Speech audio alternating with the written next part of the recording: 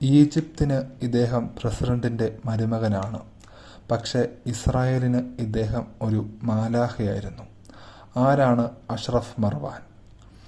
Egyptian president Gamal Abdul നാസറിന്റെ മരുമകൻ Ashraf Marwan ഇസ്രായേലിന്റെ ചാരസംഘടനയായ മൊസാദിന് വേണ്ടി രഹസ്യങ്ങൾ ചോർത്തിക്കൊടുത്തിരുന്നു. ദ ഏഞ്ചൽ എന്നായിരുന്നു അദ്ദേഹത്തിന്റെ കോഡ് നെയിം. 1973 യോം കിപ്പൂർ യുദ്ധം തുടങ്ങുന്ന കൃത്യസമയം മൊസാദ് തലവനെ അറിയിച്ചത് ഇദ്ദേഹമായിരുന്നു. ഇസ്രായേൽ ആ യുദ്ധത്തിൽ അതിജീവിക്കാൻ പ്രധാന കാരണം ഈ വിവരമായിരുന്നു. എന്നാൽ ഈജിപ്ത് ഇന്നും വിശ്വസിക്കുന്നത് അദ്ദേഹം തങ്ങളുടെ ഒരു ഡബിൾ ഏജന്റ് ആയിരുന്നു എന്നാണ്. ഇസ്രായേലിനെ തെറ്റായ വഴിക്ക് നയിക്കാൻ ഈജിപ്ത് തന്നെ മർവാനെ ഉപയോഗിച്ചു എന്നാണ് അവരുടെ വാദം.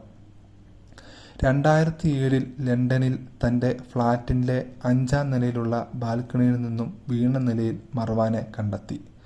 ഇതൊരു കൊലപാതകമാണെന്ന് അദ്ദേഹത്തിന്റെ ഭാര്യ ആരോപിച്ചു. ദുരൂഹമെന്ന് പറയട്ടെ, സമാനമായ രീതിയിൽ ബാൽക്കണിയിൽ നിന്ന് വീണ് മരിക്കുന്ന 3ാമത്തെ ഈജിപ്തുകാരനായിരുന്നു അദ്ദേഹം. അതുകൊണ്ട് തന്നെ ഈജിപ്ഷ്യൻ രഹസ്യ പോലീസാണ് ഇതിന് പിന്നിലെന്ന് ലോകം വിശ്വസിക്കുന്നു.